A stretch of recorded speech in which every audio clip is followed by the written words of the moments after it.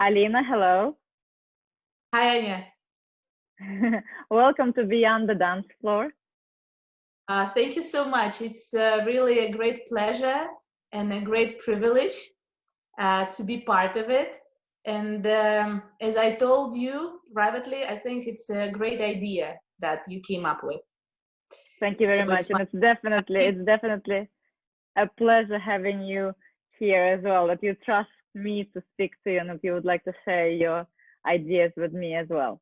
And of course, congratulations on your big live event to Marat and yourself on the birth of your baby girl. Can you tell thank us a you little so bit more about it? Well, she is 6 weeks now, and it's a big life-changing event, but we enjoy it a lot. And of course, there are a lot of challenges on the way, but we are used to them and we enjoy them because that's what you did all your life. Yes. So yeah, it's a new story. It's totally new story, and we love it. We love it so far. You look like you love it, I think, and it's really sweet. So tell us where you are and how are you dealing with this coronavirus situation and how do you feel about it? Of course, now probably is a different time for you as well in your life. So you are not maybe as you're already experiencing big life changes with a new baby. So the coronavirus is also added on top of this. So how do you feel? Tell us. Well, we are now in our home in Brooklyn, and I must say, again, as you mentioned, probably because we have baby at home, and this whole month was so new to adjust to her. So we didn't really felt that dramatic everything that is happening around, especially since we don't have TV and didn't really have time to dig into the news too much. So it was in a way a little bit passing by. But we started to feel it when our studio had to close, and you walked outside, and it was less and less people and less cars.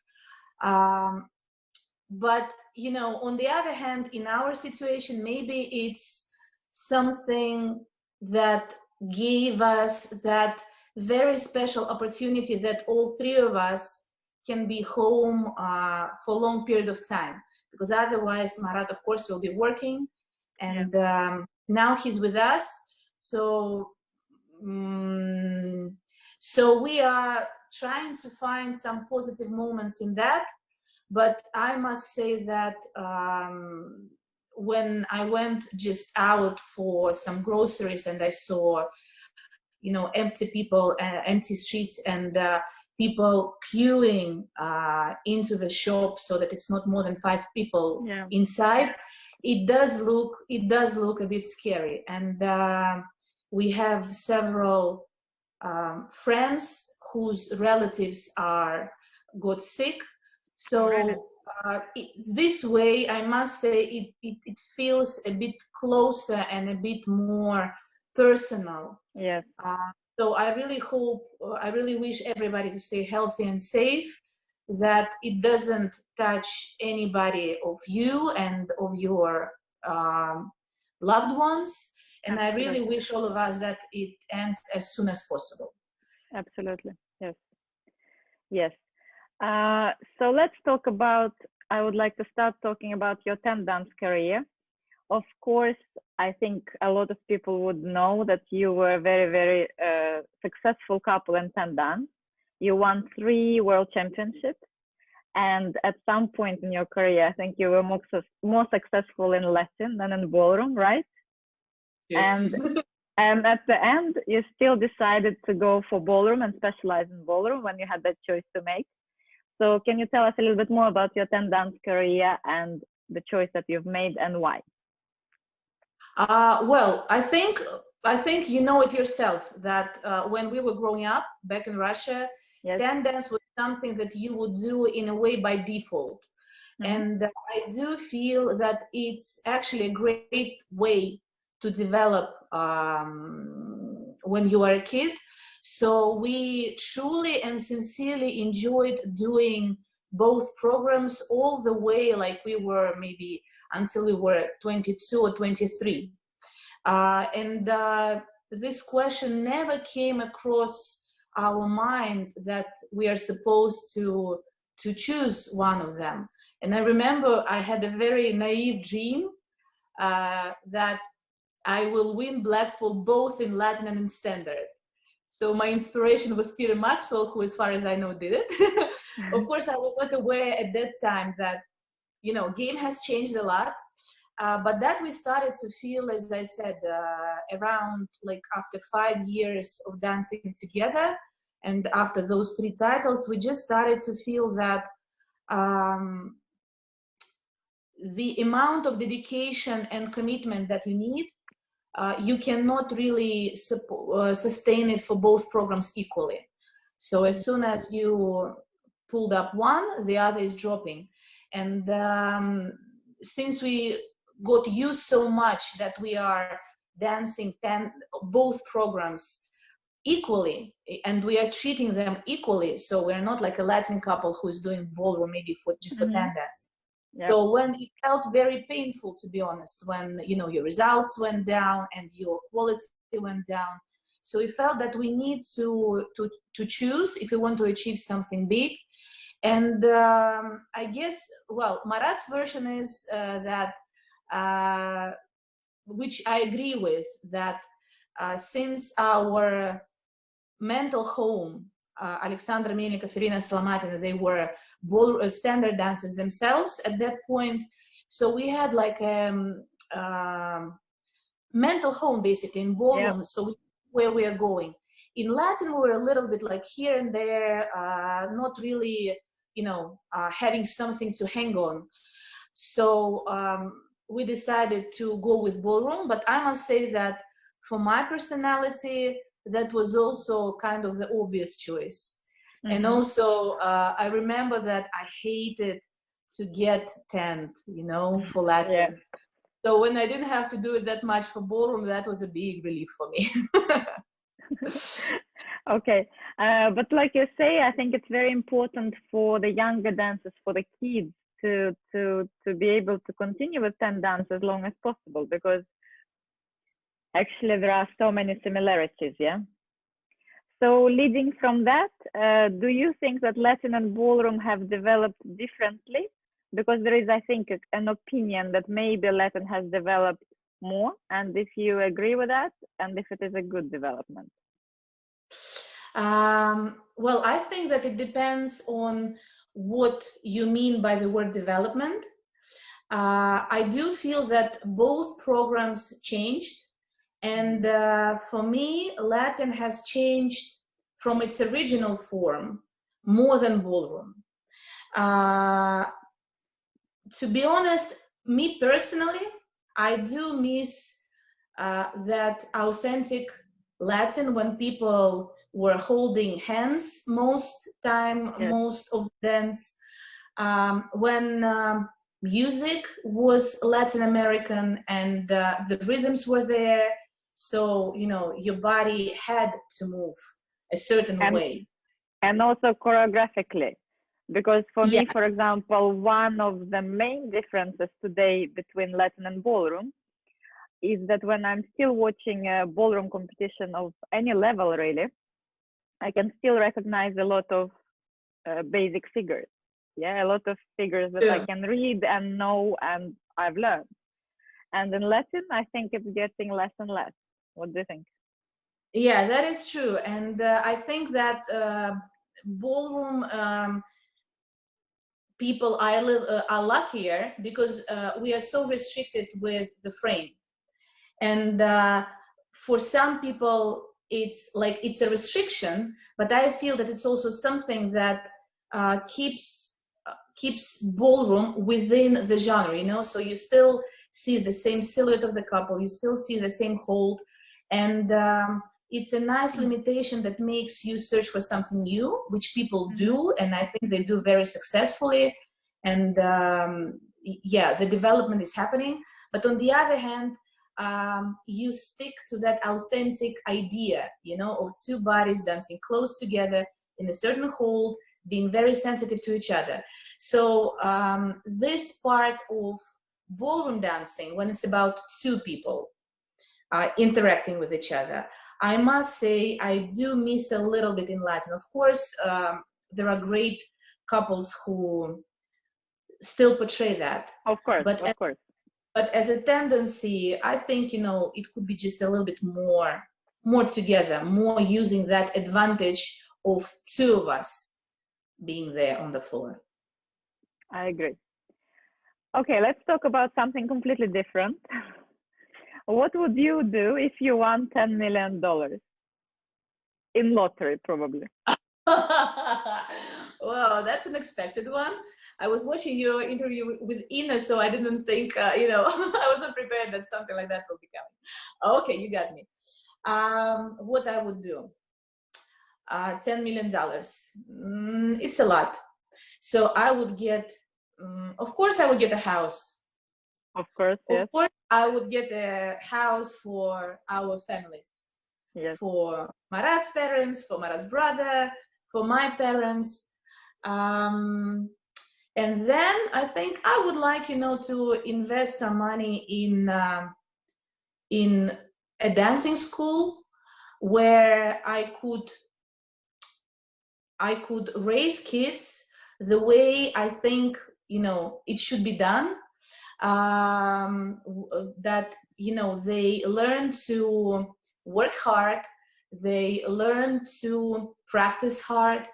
And I think that actually my dream is that one day it will be possible to open a school where you can take the most talented kids, provide them with some scholarships, and help them to grow as much as possible in their dancing development. So this $10 million would be a nice help for that. It would be, I think it would be a fabulous help for many of us dancers, yeah, who have similar dreams in terms of not running it as a business, but in terms of running it as how you would like to do it, and Yes, how you think you could help and benefit the most talented or hardworking kids who really deserve some help in that sense. Not depending on a business choices you make. Yeah. Yes, exactly. Okay. So you and Marat have a big height difference. Yeah. And I'm sure a lot of people would say that it is an obstacle. And I'm guessing, I'm not sure, but I'm guessing you probably also were told quite a number of times that it's a challenge. How did you deal with it, not in terms of adjusting and physically and during the practice and the competitions, but mentally? Did you ever feel that it was a hurdle? Did you ever feel discouraged, as in, you know, you don't actually have control over this? Or how did you deal with it? To be honest, maybe we were, again, very naive or not thinking too much when we started to dance together. But at first, it didn't feel as an obstacle at all. So I wasn't even, you know, thinking about it, that we have a height difference. We just were dancing. And I guess, you know, it is still that a bit youthful approach when you just do it. You don't really know a lot about things, so you just do it. But then, you know, of course, it changed because we got more competitive. There was a possibilities of higher results, which of course you want to get. So we started to experience some, probably I could say, difficulties, but I still never felt that it is an obstacle. And now I'm sure that Marat will say the same. We never have a thought of, oh, how would it be if we wouldn't have it? What if I had a partner the same height? So looking now back at all that journey, I actually realized that it gave us so much knowledge about dancing, because we tried, I can't say all possible systems, but so many different systems to make it work, that now when I'm teaching, I'm actually feeling that it will sound, I guess, a bit too, too secure on my side, but that I can fix nearly everything, because every mistake or You tried every it all. discomfort, that people are feeling, I've been there, I tried it, and I know that it would not happen without the high difference. So there were moments when we were not happy about it, but overall, I think we are very thankful that we had such a proportion in our couple. It taught Marat a lot. I do feel that it made him much better male dancer and much better partner. And same for me. Same for me. It gave such a great, it increased your sensitivity so much. So as usual, all difficulties make you stronger. I do believe really strong in that. Yes. And that's, I guess, what was our case in terms of high difference. Perfect. So again, what would you tell yourself if you met yourself 10 or 15 years ago? Is there any message that you would like to send to yourself, to your younger self? Yes. I would like to say that don't lose time. Use every single minute.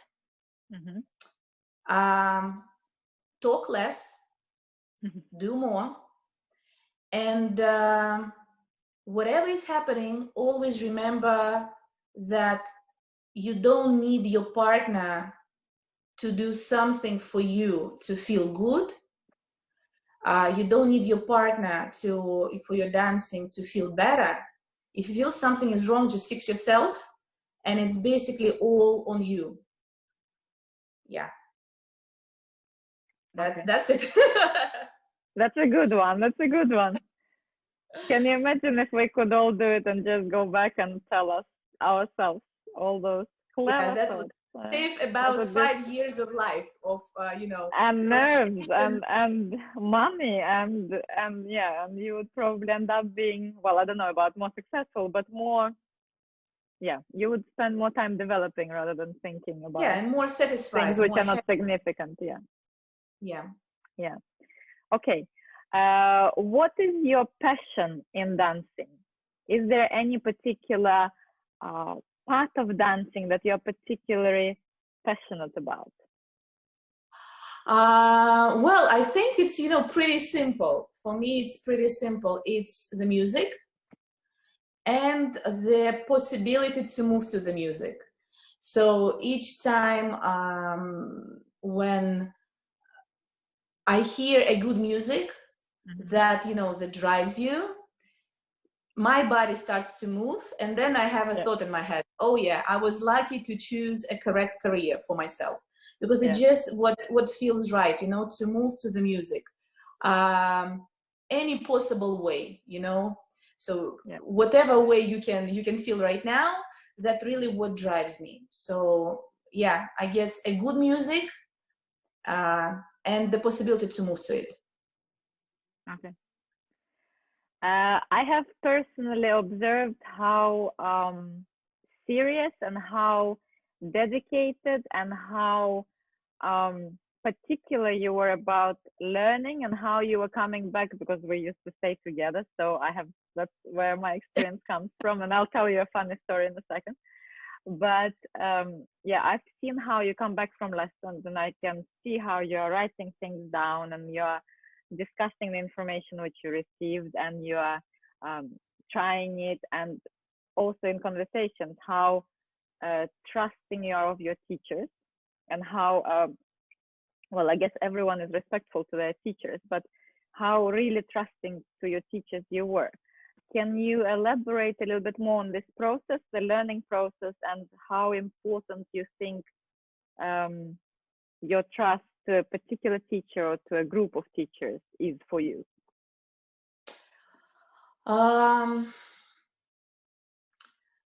Well, I think that both Marat and me, we are just type of people who like information, who likes dancing, not only dancing knowledge, simply likes knowledge and likes new things and some new details. So even though, of course, every couple who dances for a long time has normally quite a lot of lessons during their dancing. Yes. At some point you might feel a bit like, oh, I'm hearing it over and over again. But I don't know, maybe we were lucky, but each time we got still maybe like the base is the same, but then there is little one detail that we never paid attention to, and that made such a change, you know, of feeling, of understanding, that really every single lesson we got this little hint that basically inspired us. And we always tried to go to the lesson with an idea that if we choose to go, we choose to learn. And now when I'm a little bit outside and I'm communicating with people as a teacher and sometimes as a judge, I actually really, I wish I could experience it when I was a dancer, because as a dancer, you sometimes feel, oh, teachers are teaching so many lessons during the week. They maybe are not so interested in me, or judges, they don't like me. And they don't put me some mark on purpose. But now, you know, being outside of it and on the other side, I actually realized that 99% of people that I met who are involved in dancing business, they're truly, really sincerely loving dance. Yeah. They're truly enthusiastic about it. So now when I look back at our lessons, I realize that probably because we were really trusting and really enthusiastic about going there and listening to that person, maybe the person gave us back, you know. Yeah. It just gave us back. So yeah, we never really had a bad experience with lessons being not happy or discouraged. Yeah, every time it was very precious piece of information, even like little one. The funny story is about, I remember once we were staying together and you came back from some lessons and it was the evening and we were all in the living room. And then I remember you in particular taking a notebook and going into the other room, and Marat is still with us. And I'm like, what is Alina doing? Alina went to write down some information from the lesson. I was like, okay, well, fair enough. And Alina wouldn't come out of the room for an hour and a half. And then Alina, you came back. And I remember talking to you, I think, for a little while. I don't know if you remember, but I was asking you, so what is it that you're writing down? And you said, well, I'm writing down the information from the lesson. And I at that moment asked, but do you feel you have something new that you learn in each lesson that you are writing down? Are you writing down just your thoughts on it, or, you know, what is it that you're writing? And at that moment, it was also probably the time in our career where we felt maybe a little bit stuck, or perhaps a moment when we ourselves have checked out for a little bit and, you know, didn't take enough responsibility. And this was the one moment when I felt to myself, I have to do something. I need to feel like I am hungry for this information and I want to go and search it out. And that actually made me change a lot in my approach at that particular moment. So I really needed that, I think. But it is a funny story because I remember this so clearly, and it really made me think. So that's why I wanted to ask you as well. I actually do remember that evening. I do remember that evening, and I was really surprised that I was sincerely surprised that it could be the question, the other way around. Yeah, because I guess maybe we were lucky, you know, or maybe we were, I don't know, too slow. So that no, it has nothing to do with it. With information, but somehow we were lucky to to get some inspiring things from most of the lessons. Yeah, but like you said, I think it's also very much up to you as a student to make sure that you're going to the lesson and you are getting the information which you need. And if you're not perhaps not sure what you need, that you ask, and you are actually making the teacher give you what it is that you need. Otherwise, again, someone else takes control of your career and your development. True. I think it's very true that, to be honest, the most valuable lessons were when you come prepared and you ask questions that you need to do, because I think at the end of the day, still, the main teacher for you is yourself.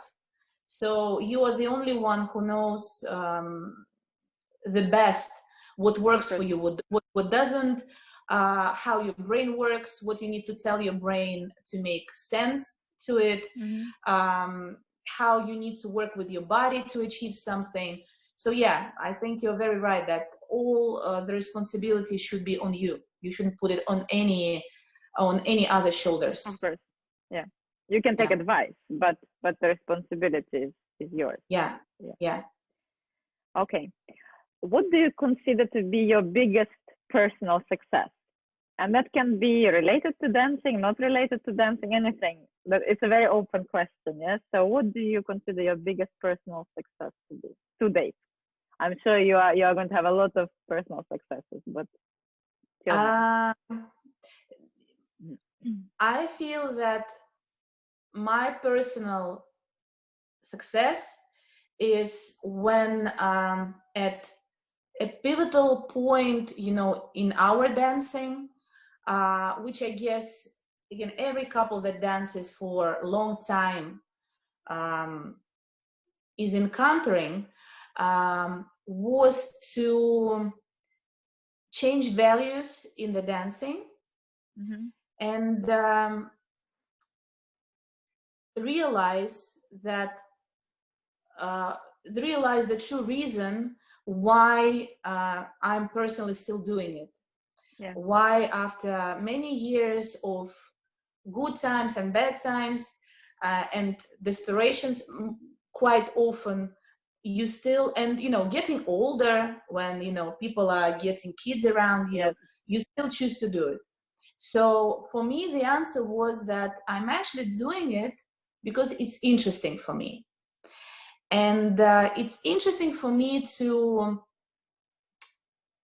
go to the studio and when things don't work, make them work, and make them work, you know, with a ratio that every single practice you end up achieving something. Interesting to feel some new activities in your body. Interesting to feel how some new piece of information is working.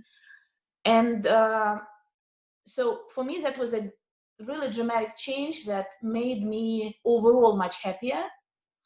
And that became a little bit like a motto for me for everything else. That do things that you're interested in and that are interesting for you. So I feel that this was for me a huge success that then just gave a huge feeling of relief, you know, overall, when you feel yourself a little bit free of fear. You know, fear to lose, fear not to achieve what you planned to achieve, fear of not looking certain way in the people's eyes, not looking certain way in your own eyes, you know. So that's what I feel was my biggest victory. And motivation as well, probably. Because you're motivating yourself, basically. Nothing else motivates you from the outside. No, in terms of you're not motivated by the result, but you're motivated by finding this something inside of you, which makes you do it, basically. Yeah. Okay. As a teacher now, of course, you were also teaching when you were still competing, but now you're primarily teaching and judging, of course, competitions as well. What would you call an ideal student in terms of what would you like from your students? What kind of qualities would you like them to develop or possess in order for making your job less less difficult, in order to help them in a better way? What kind of qualities would you like your students to come into the lessons with? Well, I guess, it's the thing that we just talked with you about. I would, for me, the easiest students, and I think the ones who get the most out of the lessons, are the ones who take responsibility. Mm-hmm. So for me, it's much easier to work with a couple who comes in with the questions that help you to, to understand the person's logic, thinking, and the process. Yes. Yes. So you know better how to help him. Yeah. You understand where they are in their development. So you can find a correct tool for that. So the ones who